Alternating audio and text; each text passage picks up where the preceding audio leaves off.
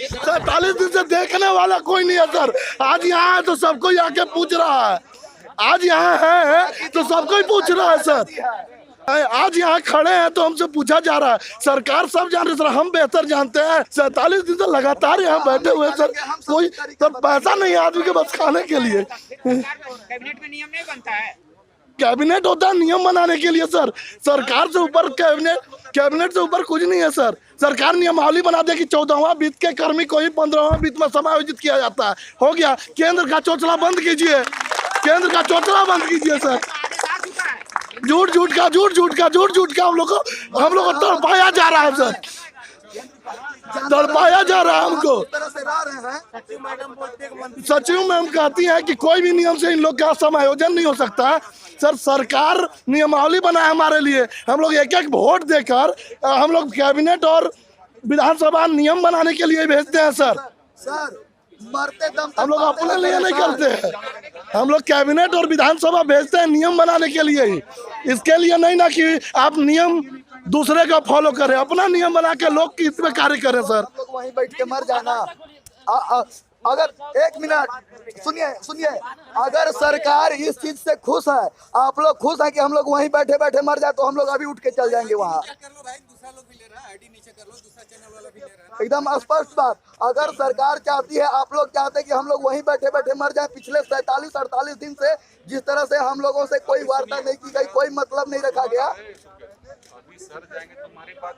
Sir. पहले क्यों नहीं रखा गया, इस स्थिति में क्यों लाया गया? नहीं, ऐसा तो नहीं है सर कि हम लोग पहला दिन आए और यहाँ आके धमक गए। नहीं, ऐसे नहीं होता है। पहला दिन माननीय मंत्री सेक्रेटरी को बुला के उसने जो अमेंडेंस में जो काम किया है उसी को अनुभव का 30 नंबर मिलेगा, बाकी किसी को नहीं मिलेगा। आप लोग पता कर लीजिए क्यों नहीं हटा दिया गया। आज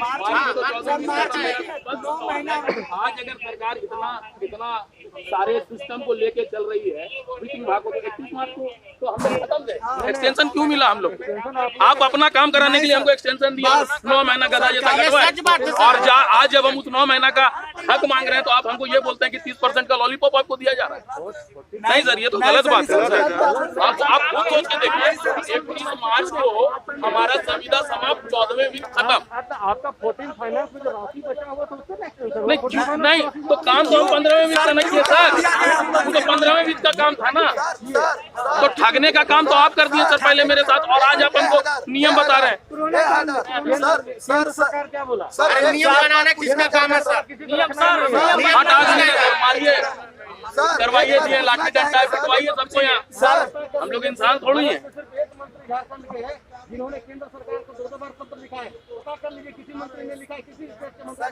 सर केंद्र सरकार से तो ऑर्डर आएंगे सर।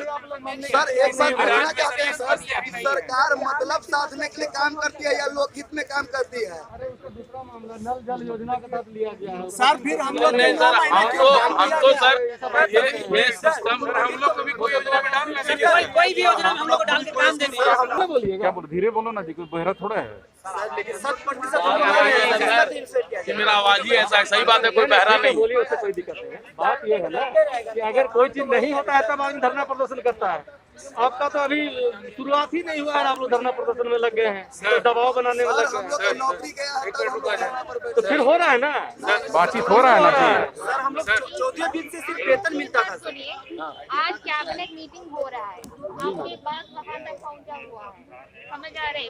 1 महीने से आप लोग कर रहे हैं ये धरना, आप लोग का भी वो कैबिनेट मीटिंग में चर्चा होने वाला है। अगर मंत्री को आप जाने नहीं देगा तो वो चर्चा ही नहीं होगा। यहाँ पर इस तरह से नारेबाजी अच्छा नहीं लगता बिना इन्फॉर्मेशन के। न्याय करने के लिए सर लगा ही सकते हैं। हाथ लगा सकते हैं, क्यों नहीं करेंगे?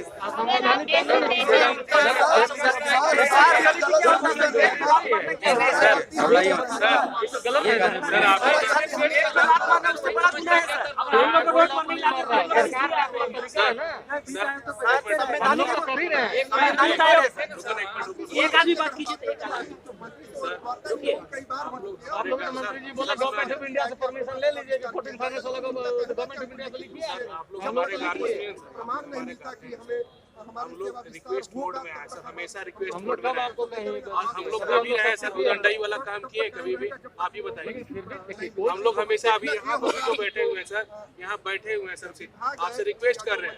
मंत्री जी के हम संज्ञान लोग में कोई है ना, कोई लाल ऐसा आप बाग शब्द का बोले हैं सर, संज्ञान में हो जाएगा। मंत्री जी कोई को हम लोग संज्ञान ऐसा में आप शब्द बोले हैं जो आप लोग को दुख लगे कोई सर दुख की बात नहीं बताइए। है, और सर हम लोग सर आप लोग के द्वारा बोला जाता है कि सर चले जाइए, आप ही बताइए सर कहाँ जाए? वहाँ से ब्लॉक से निकाल दिया गया, यहाँ पर धरना से भी जो उम्मीद हम लोग घर है ना, घर है कि नहीं है? हो गया सर।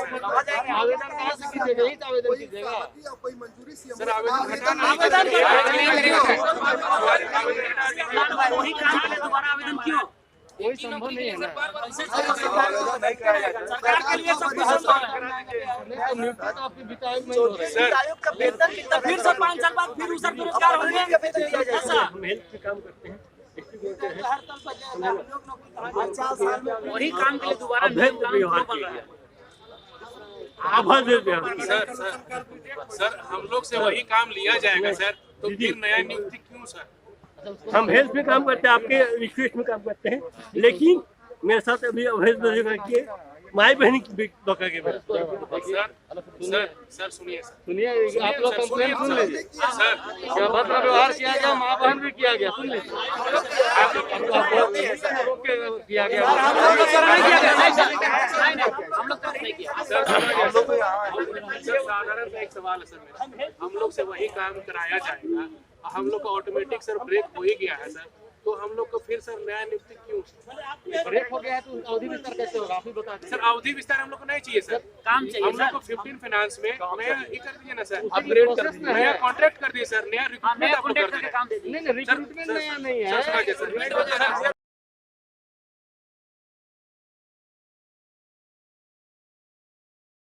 नमस्कार, मैं हूं अमित सिंह और आप देख रहे हैं दृष्टि नाव। एचईसी से रिटायर कर्मचारियों के द्वारा 3 दिवसीय धरना का आयोजन एचईसी कैंपस में ही किया गया है। हम आपको अपने कैमरे के माध्यम से दिखाते हैं। आप देखिए कि किस तरीके से जो रिटायर कर्मचारी हैं वो यहाँ पर धरना दे रहे हैं। इनकी मांग है कि 1997 से एरियर दे, साथ ही 2 लाख का स्वास्थ्य बीमा की भी इनके द्वारा मांग किया जा रहा है, लेकिन अभी तक एचईसी प्रबंधन के द्वारा इनकी मांगों पर कोई भी ठोस कदम नहीं उठाया गया है, जिसके बाद से लगातार यहाँ पर लोग धरना पर बैठे हुए हैं। हमारे साथ यहाँ कई लोग हैं, उनसे हम बात करते हैं और जानते हैं कि क्या कुछ उनकी मांगे हैं। सर, क्या कुछ मांगे हैं आपकी, क्या है यहाँ पर धरना दे रहे हैं? एरिया के लिए हम लोग हैं। एरियर में क्या चाहिए, क्या है? एरिया है हाँ, और कुछ नहीं है। काहे नहीं मिल रहा है? काहे नहीं मिल रहा है? उस सरकार के बदमाशी है। आप लोग क्या मांग कर रहे हैं? हम लोग तो कुछ अपना कमाया हुआ मांग कर रहे हैं। कमा करके बैठ गए, बुढ़ा हो गए, अब जाएंगे दुनिया से। हम लोग का पैसा कमाया हुआ रखा हुआ है। एरियर आपके परिवार के लिए कितना महत्वपूर्ण है? अरे हमारे लिए बहुत बड़ा महत्व है, तो परिवार के अलग अलग है। पहले हम जो खड़ा रहेंगे तो हमारा परिवार को भी वही नाम छोड़ के जाएंगे। पहले कहने का है कि जो हम लोग कमाए, यही एचईसी यहाँ का नींव हम रखे हैं। ये जो देखते हैं ना बिल्डिंग, इसका नींव जाकिर हुसैन थे ना, उपराष्ट्रपाल था यहाँ का बिहार का, वो आकर शिलान्यास किए थे। हम लोग डिस्ट्रीब्यूट किए थे उन लोग सबको चाप नदी। आज हम लोग रिटायर हो गए, कोई देखने वाला नहीं है।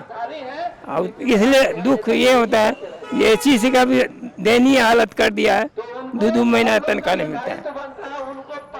और भी हमारे साथ यहाँ पर लोग हैं जो रिटायर कर्मचारी हैं, वो यहाँ पर मौजूद हैं। हम उनसे भी बात करते हैं और जानते हैं उनका दर्द। आप बताइए कि आपने इस एचईसी का नींव रखा, आपने ही इस एचईसी में पहला कर्मचारी के रूप में काम किया और आज आप ही यहाँ पर धरना दे रहे हैं। कितना दुखद?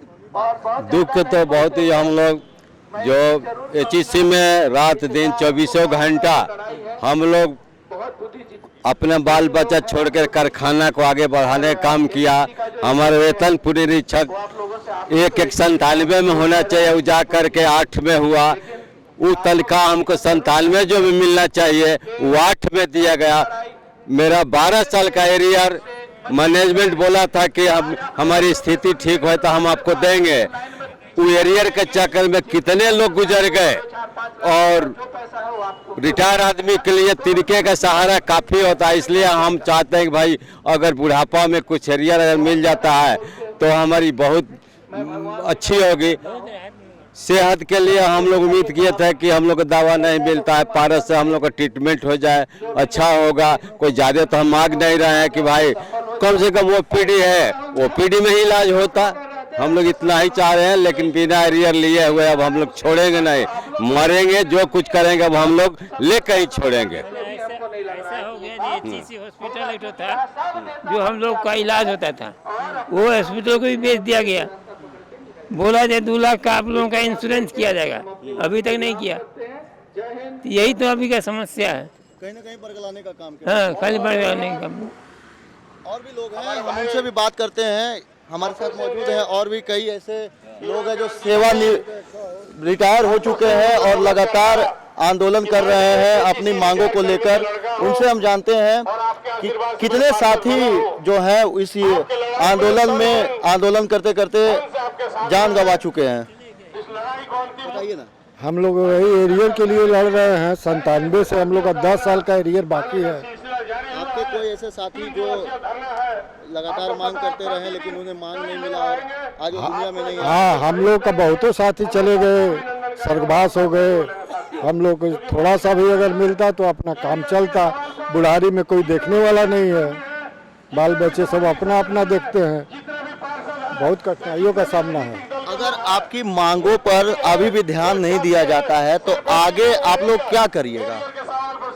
हम लोग ऐसे धरना दे रहे हैं, धरना देंगे, इसके बाद आगे स्ट्राइक करेंगे, मांग करते रहेंगे जब तक नहीं मिलता है। जब तक नहीं मिलता आंदोलन जारी रहेगा। तो आपने सुना कि किस तरीके से जो रिटायर कर्मचारी हैं HCC के, उन्होंने कहा कि अगर इनकी मांगों को पूरा नहीं किया जाता है तो आंदोलन यही समाप्त नहीं होगा बल्कि आंदोलन और तेज होगा और आगे भी जारी रहेगा। के समर्थन में सुबोधकांत सहाय जी भी यहाँ पर आए हुए हैं। हमारे साथ अभी सुबोधकांत सहाय जी मौजूद है, उनसे जानते हैं इन जो रिटायर कर्मी हैं उनकी मांग जो पूरी नहीं हो रही है उस पर क्या कुछ कहना है इनका। सर, रिटायर कर्मचारी HCC जब सिक इंडस्ट्री हो गया था, इसके रिवाइवल में जो पैकेज बना था उस पैकेज में ये बात जोड़ा गया था कि इनका एरियर जो है उनको दिया जाएगा। तो ये जेन्युइन मांग है। पिटीशन कमेटी ने पार्लियामेंट में रिकमेंड किया कि इनका एरियर दिया जाए। वो मैनेजमेंट को और मंत्रालय को, हेवी इंडस्ट्री मिनिस्ट्री दोनों को, वो उसके पास फाइल पड़ी हुई है। इनको आज न कल देना पड़ेगा। लेकिन जब बेचने का एजेंडा आ गया है तो कैसे मजदूरों को, गरीबों को बचाया जाए, ये असल लड़ाई का सवाल। सर, बजट भी कल पेश हुआ है, बजट को आप कैसे देखते हैं? जो नया बजट आया है इस पर आप इस बजट को कैसे देखते हैं? ये टोटल एंटी पुअर बजट है, टोटल, इसलिए नहीं। और मुट्ठी भर पूंजीपतियों के लिए पॉलिसी बना के देश उनके हवाले कैसे किया जाए, आप बताइए। रेल लाइफलाइन कहा जाता है, रेल बिक रहा है, एयरपोर्ट बिक रहा है, प्लेन बिक रहा है, पोर्ट बिक रहा है, बैंक बिक रहा है, इंश्योरेंस जो सबसे सिक्योर्ड होता है वो भी बिक रहा है। तो कहाँ से आप बचिएगा? कौन सा आपको रिलीफ मिलेगा? एक तर्क दिया जा रहा है सर कि अगर सरकार अपने स्तर से चलाती है तो उस तरीके से काम नहीं हो पाता है, जो भी कर्मचारी लगते हैं। तर्क यही, ये पैदा हुए जो बड़े घराने के लोग हैं उनको समझ में आना चाहिए कि 130 करोड़ की आबादी का ये देश है। बैंक नेशनलाइजेशन क्यों किया गया था कि पहले पूंजीपतियों का था तो गरीबों का भलाई नहीं होता था। आज फिर से पूंजीपतियों के हाथ में आप दे रहे हो तो परिभाषा कोई बदल नहीं जाएगी। वो पैसा कमाने आए हैं, वेलफेयर करने नहीं आए हैं। तो ये जो लॉजिक दे रहे हैं लोग, अगर इतना धरोहर नहीं बना होता ये देश का, तो जब क्राइसिस हुआ हमारे देश में तो हम टिके इसलिए कि हमारा अपना धरोहर बना हुआ था जिसको मोदी सरकार और मोदी बेच रहे हैं। और मुट्ठी भर उनके मित्र जो मिल के पार्टनरशिप में देश चला रहे हैं वो खरीदार हैं। सर क्या कुछ होना चाहिए था, बजट जो आप देखे उसमें क्या कुछ होना चाहिए था संशोधन? देखिए, कोरोना काल में सबसे ज़्यादा गरीब, मिडिल क्लास, वर्किंग क्लास सफ़र किया। किसी को 1 रुपए का बेनिफिट नहीं मिला। जो सबसे ज़्यादा यही देश बनाने का काम करता है, उससे बड़े वाले तो देश से कमाने का काम करते हैं।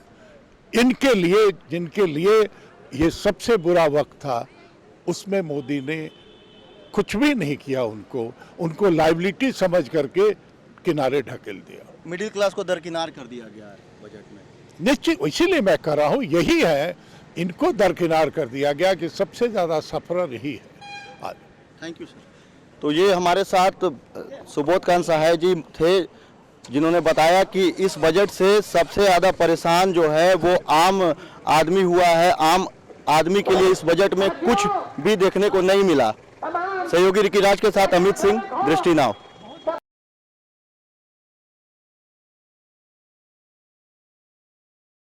रांची जिले का ओरमांझी प्रखंड अंतर्गत कोवालो गांव इन दिनों काफ़ी सुर्खियों में है। शहर से दूर कोवालो गांव की महिलाएं स्वयं सहायता समूह से जुड़कर कम कीमत में ग्लिसरीन युक्त साबुन का निर्माण कर रही है। क्वालिटी की बात की जाए तो गांव में निर्मित ये साबुन बड़ी बड़ी कंपनियों को टक्कर देने में पीछे नहीं है। उत्पादक समूह से जुड़ी इन महिलाओं के जीवन में भी अब बदलाव देखने को मिल रहा है। गांव घर में ही स्वरोजगार मिलने से महिला आर्थिक सशक्तिकरण को बढ़ावा मिल रहा है।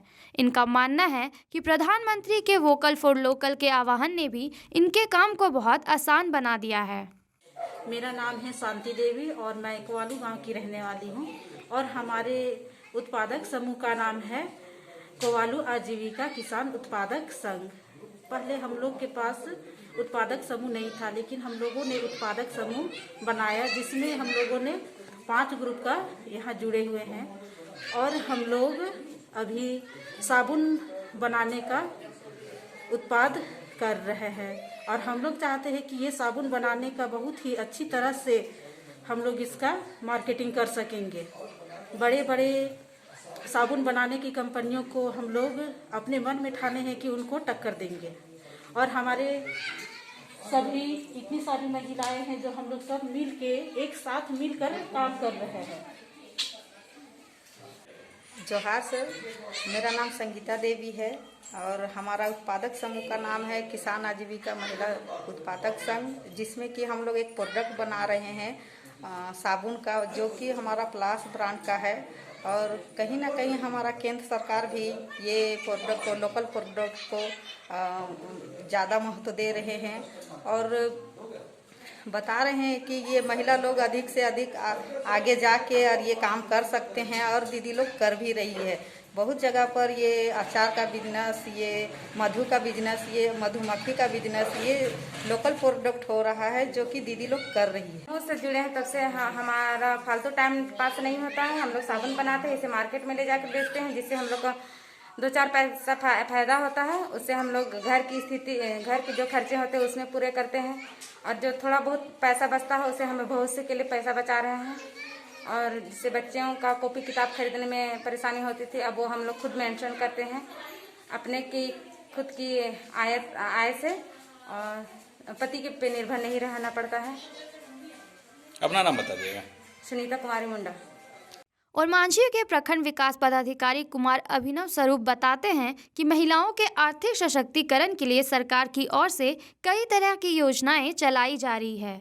ओरमांझी ब्लॉक में फिलहाल 17,000 महिलाओं को झारखंड लाइवलीहुड प्रमोशन सोसाइटी के अंतर्गत समूह से जोड़ा गया है।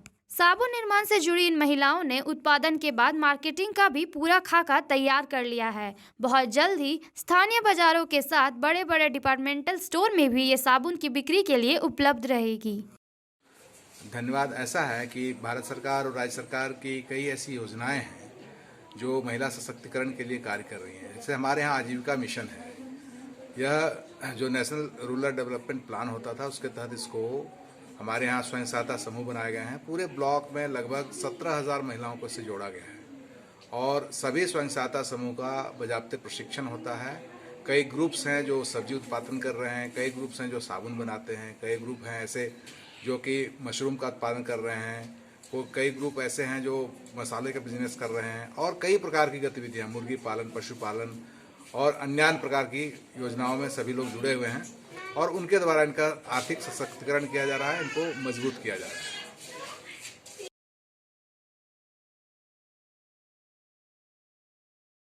जहां एक और केंद्र और राज्य सरकारें खेल को बढ़ावा देते हुए खिलाड़ियों को विशेष रूप से प्रशिक्षित कर राष्ट्रीय और अंतर्राष्ट्रीय पटल पर पहचान दिलाने की दिशा में कार्य कर रही है, वहीं दूसरी ओर वर्षों से एक आदत खेल मैदान को तरस रहे चतरा जिले के प्रतिभावान खिलाड़ी सरकारी तंत्र की बेरुखी का दंश झेलने को विवश है।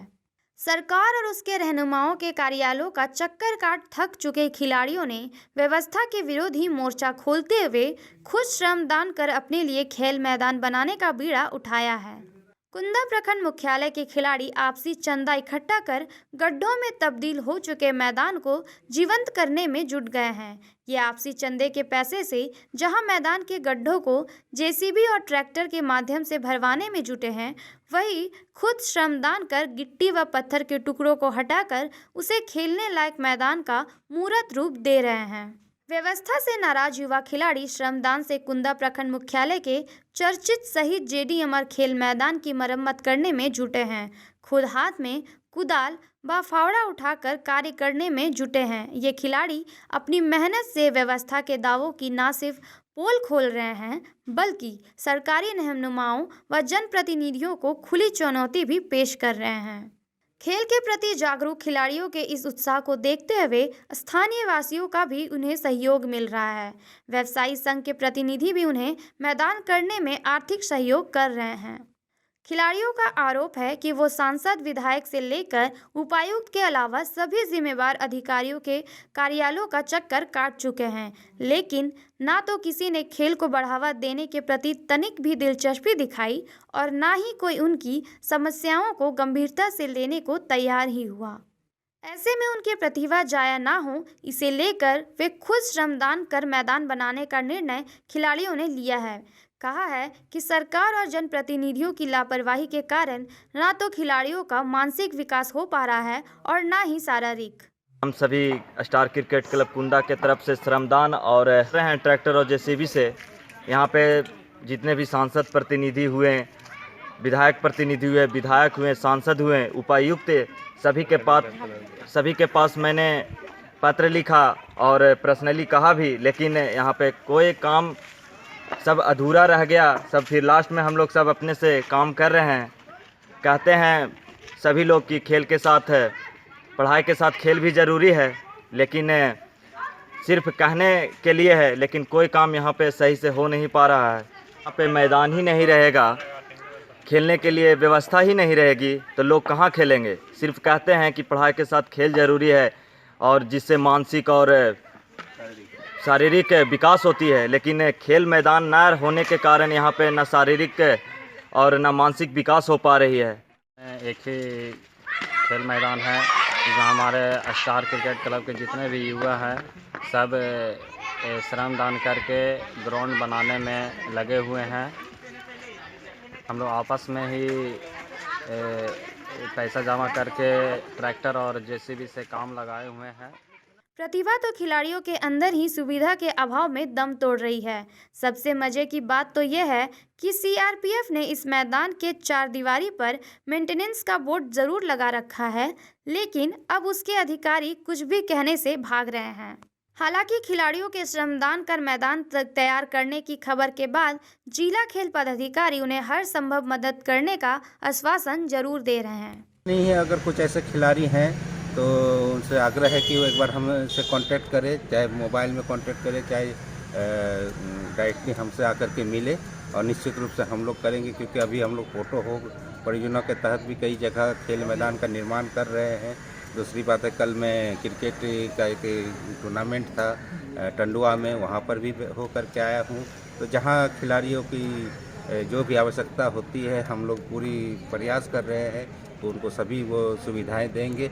और अगर कई ऐसे खिलाड़ी हैं जिनको अभी तक अगर प्रशासनिक लाभ नहीं पहुंच पाया है, तो ज़रूर हमारे से एक बार मिलें, हमें कांटेक्ट करें, चाहे आप मीडिया के माध्यम से, चाहे किसी भी माध्यम से, और उनको हम ज़रूर मदद करेंगे।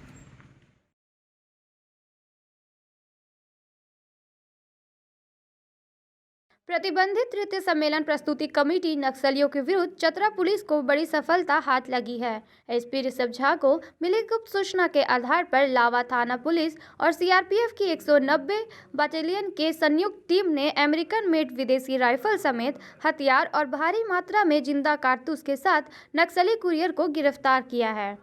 टीएसपीसी नक्सली कुरियर अरविंद गांजू की गिरफ्तारी थाना क्षेत्र के टिकदा गांव के खाकर टोला स्थित उसके घर से हुई है।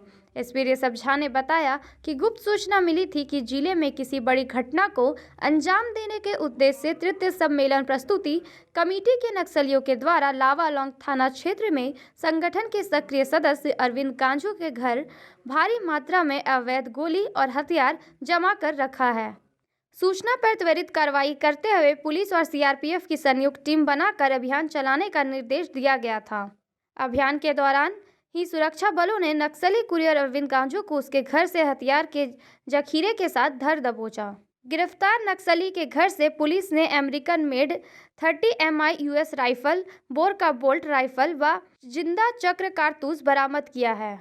एसपी ने बताया कि गिरफ्तार नक्सली कुरियर PSPC नक्सलियों के लिए कोयलांचल में अवैध पैसे की उगाही के साथ साथ हथियारों का ट्रांसपोर्टिंग का कार्य करता था। दिनांक 2 फरवरी 2021 को हमें जानकारी मिली थी कि टीपीसी के उग्रवादियों द्वारा लावालौंग थाना क्षेत्र में कुछ हथियार एवं आग्नेयास्त्र छिपा कर रखे गए हैं।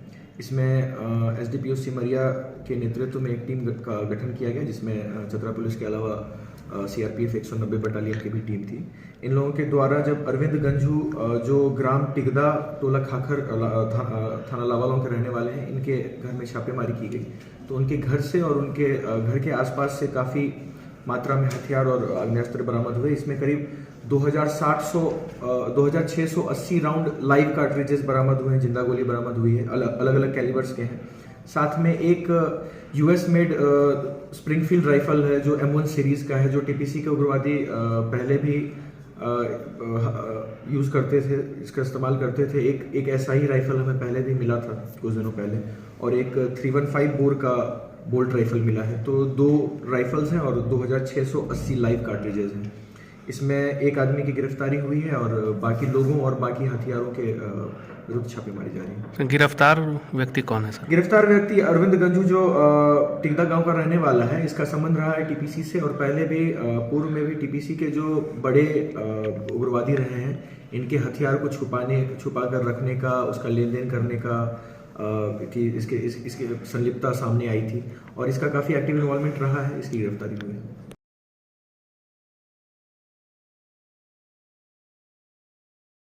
चतरा के सिमरिया थाना क्षेत्र में हुए 2 अलग अलग सड़क दुर्घटनाओं में एक अधेड़ की मौत हो गई, जबकि 3 अन्य गंभीर रूप से जख्मी हो गए, जिन्हें सिमरिया रेफरल अस्पताल में प्राथमिकी उपचार के बाद चिकित्सकों ने रिम्स रेफर कर दिया। पहली घटना सिमरिया बगरा मुख्य पथ NH 100 पर घटी, जहां बुलेरो गाड़ी का टायर फटने के बाद अनियंत्रित गाड़ी ने 2 युवकों को अपनी चपेट में ले लिया, जिसमें एक की अस्पताल ले जाने के दौरान रास्ते में मौत हो गई, जबकि दूसरा गंभीर है। वहीं दूसरी घटना चतरा सिमरिया मुख्य पथ पर स्थित देल्हो घाटी में घटी, जहां 2 बाइक सीधी टक्कर में 3 गंभीर हो गए। तीनों घायलों को पुलिस ने इलाज के लिए रेफरल अस्पताल भेज दिया, जहां से चिकित्सकों ने तीनों को प्राथमिक उपचार के बाद हजारीबाग रेफर कर दिया। बाइक सवार को जो है बोलेरो सवार ने बहुत तेज़ गति से गाड़ी चलाते हुए जाकर सामने से ठोकर मारी है, जिसकी वजह से फौरी तौर पर दोनों गिर गए, ज़बरदस्त घायल हुए, जिसमें से एक तो ज़बरदस्त इंजर्ड है, दूसरा हॉस्पिटल आने के बाद थोड़ी देर के बाद वो डेथ कर गए। इसके घरेलू हालात इतने ख़राब हैं कि उसके 3-4 बालिग बच्चियां हैं जिनकी शादी ब्याह करनी है, अकेला वो कमाने वाला आदमी था।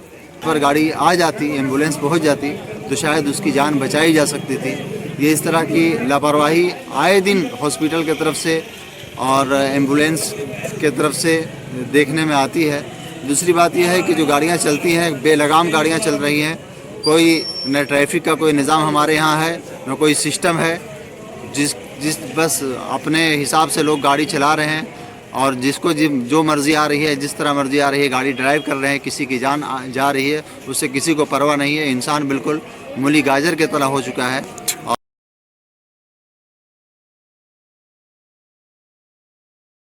झारखंड राज्य के घोर नक्सल प्रभावित जिले के रूप में अपनी पहचान बना चुके सूबे के चतरा जिले में मुख्यतः आवागमन की घोर समस्याओं से जूझ रहे जिले वासियों को अब जल्द ही इससे निजात मिलने की संभावना प्रबल होती दिख रही है। दरअसल नक्सली गतिविधियों के कारण कई घटनाओं को दंश झेल चुके चतरा जिले में खासकर बड़े शहरों के तर्ज पर रात्रि आवागमन की सुविधा न होने की वजह से यात्रियों को काफ़ी मशक्कतों का सामना करना पड़ रहा था, किंतु इस दिशा में अब कुछ वाहन मालिकों द्वारा इस खौफ को दरकिनार करते हुए जहां अपनी दृढ़ता का परिचय देते हुए इस ठोस निर्णय को लेकर रात्रि बस सेवा की न सिर्फ पहली बार शुरुआत की गई, आपूर्ति चतरा के आवागमन की टूटी हुई कड़ी को भी जोड़ने की एक सार्थक पहल की गई है। इस परिप्रेक्ष्य में एसोसिएशन के अध्यक्ष मोहम्मद बिलाल एवं भाजपा के वरिष्ठ नेता कालीचरण सिंह द्वारा गौतम ट्रैवल्स नामक एक यात्री बस को झंडी दिखाकर चतरा से जमशेदपुर के लिए रवाना किया गया। गौरतलब है कि प्रतिदिन अपनी रात्रि सेवा देते हुए जिले के नक्सल प्रभावित हंटरगंज प्रखंड मुख्यालय से चतरा होकर हजारीबाग के रास्ते राजधानी रांची को छूते हुए अपने गंतव्य लोहा नगरी जमशेदपुर तक जाएगी और वापसी जमशेदपुर से हंटरगंज तक होगी। बहरहाल चतरा में पहली बार रात्रि सेवा के रूप में बहाल की गई इस यात्री बस की शुरुआत होने से यहाँ लोगों में जहाँ काफ़ी खुशियाँ दिखाई दे रही है, वहीं लोगों का मानना है कि अब उनके आने जाने के समय की काफ़ी बचत होगी। बड़ा सौभाग्य है चतरा जिला का। रात में तो कोई गाड़ी नहीं थी, जिनको हजारीबाग जाना हो, जिनको रांची जाना हो, जिनको जमशेदपुर जाना हो या जिनको ट्रेन पकड़ना हो। ये चतरा जिला का बहुत सौभाग्य, चतरा जिला के वासियों के लिए बहुत ही अच्छा कार्य हुआ। इसलिए मैं तो धन्यवाद दूंगा बस एसोसिएशन को, उनके मालिक को। बहुत अच्छा हम लोग के हित में काम किया। हम अपनी सुविधा से वंचित जो रह रहे थे, अब पूर्णतः हम गाड़ी हो चुके हैं। रात में कोई गाड़ी थी नहीं, बहुत अच्छा। गाड़ी मालिक को कम से कम अच्छा लगेगा, सेल होगा, बढ़िया से लोग पैसेंजर मिलेंगे, तो उनका मनोबल बढ़ेगा और फिर बसें चलेंगी। बहुत अच्छा।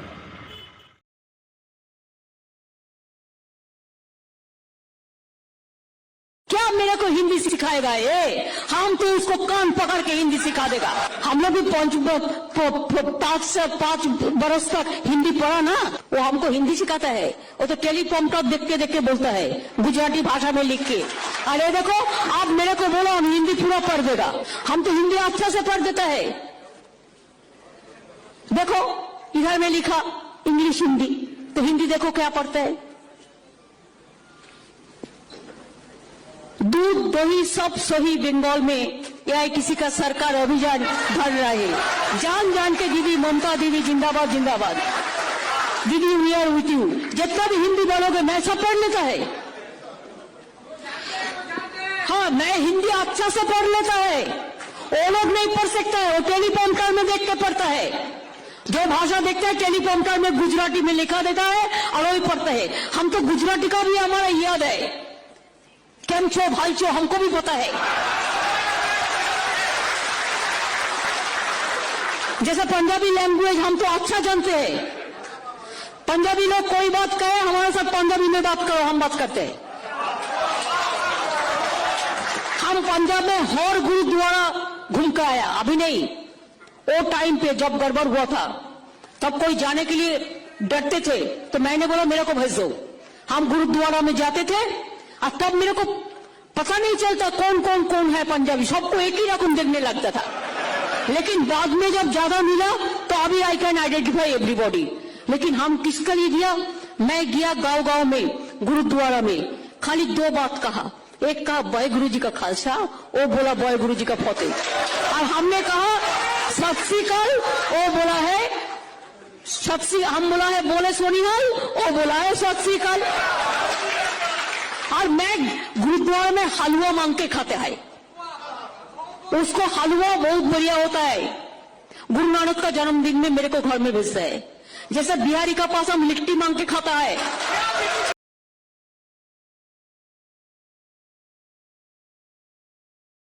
झारखंड के धनबाद के खटाल इलाके में देर शाम 2 गुटों के बीच किसी बात को लेकर पहले जमकर मारपीट हुई। फिर देखते ही देखते दोनों ओर से फायरिंग शुरू हो गई। कई राउंड फायरिंग से इलाके में हड़कंप मच गया।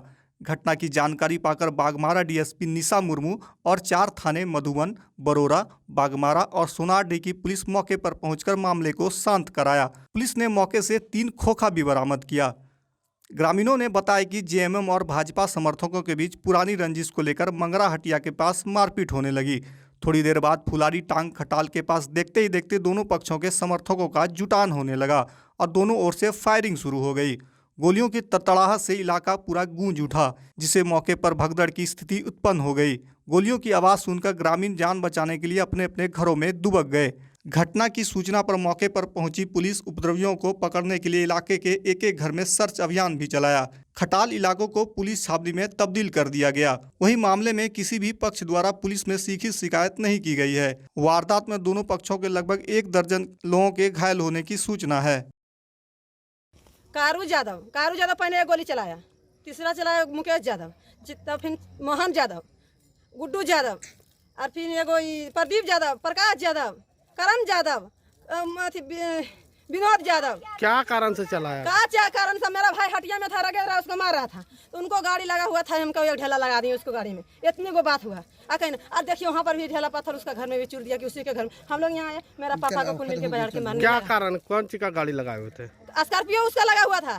मेरा बाइक चूर दिया, मेरा पति हाथ तोड़ दिया सब। तो हम बोले हमको कितना गोली चला है? गोली कम से कम 10-20 को गोली चला। देखिए चलिए फील्ड में हम दिखाएं, दाना दिखाएंगे। आप लोग से क्या दुश्मनी है? दुश्मनी है कि यही कि आप लोग यहाँ खाने पीने नहीं देंगे, रंगदारी टैक्स मांगता है। क्या चिल्ला रहे सब है, बोलता कि रंगदारी टैक्स हमको 2 तो रहने देंगे, नहीं तो नहीं रहने देंगे। मेरा बाइक को 1 लाख का चूर दिया। हम सर हम ढीलू मातो आदमी है, तो ढीलू मातो यहाँ गोली चलाने लिया था कि ढीलू मातो बोलता है ढीलू मातो जग करवा रहा है, ढीलू मातो कुछ नहीं करवा रहा है। सब कारू यादव यहाँ हेमंत सोरेन जीत गया, कांग्रेस पार्टी इसको वाले गोली छड़वाता है। मेरा नाम संगीता देवी है सर। आप लोग तरफ से कितना घायल हुआ है? हम लोग का तरफ से 8 को घायल हुआ। मेरा पापा हुआ, मेरा मम्मी हुआ, मेरा पति हुआ है, मेरा लड़का का चोट लगा है। मेरा एक बार भाग गया, अभी मेरा भाई के साथ में भी अथी हुआ, तो चल गया, भाग गया, बोला गोली पिस्तौल छूटने लगा, हम लोग साइड कर दिए। मतलब क्या कोयला वोला का काम है, इसीलिए रंगदारी है? हाँ सब कैसे लेता है, 100 रुपया लेता है, मारता है, मारपीट करता है। थाना वाला बोला के गाड़ी पकड़वा देता है। अथी वाला थाना, खरखरी थाना, अथी मुरारी थाना वाला बोला के 3000-4000 लेता है। कारू ज्यादा, प्रकाश ज्यादा भी घूस लेता है बड़ा बाबू से, अब पकड़वा देता है भोरे भोरे जाके गाड़ी। देखिए, हमें ऐसी सूचना मिली थी कि मधुबन स्थित फुलारी टांड और आशा कोठी में मारपीट की घटना हुई है और गोली भी चलने की बात आई है। तो घटना के वेरिफिकेशन के लिए हम लोग फुलारी टांड भी गए। वहाँ पे भी एक फैमिली है जिसमें केशव देवी और कैलू यादव, उन लोगों के साथ मारपीट की गई है और वहीं पर गोली भी चली है। और उसके बाद ये दूसरी घटना जो आशा कोठी में हुई है, वहाँ पे भी तोड़फोड़ की गई है। देखिए, एग्जैक्ट इन्फॉर्मेशन तो नहीं है। कुछ राउंड दोनों ही साइड से फायरिंग हुई है और हमारे पास 3 खोखा हमें मिला है। देखिए, इस बारे में अभी कुछ क्लियरली नहीं कहा जा सकता। अभी कोई किसी गुट के तरफ से कोई इन्फॉर्मेशन नहीं आया है। एक आवेदन दिया गया है, तो उस पे जांच की जाएगी और उसके बाद फिर आगे की कार्रवाई की जाएगी। घटना का कारण का अभी कुछ पता चल रहा है। पहले भी कुछ विवाद हुआ था आज से 1 महीना पहले, तो उसी का ये आगे भी कुछ इस तरह के इंसिडेंट्स हुए हैं, तो इस वजह से ये घटना हुई है।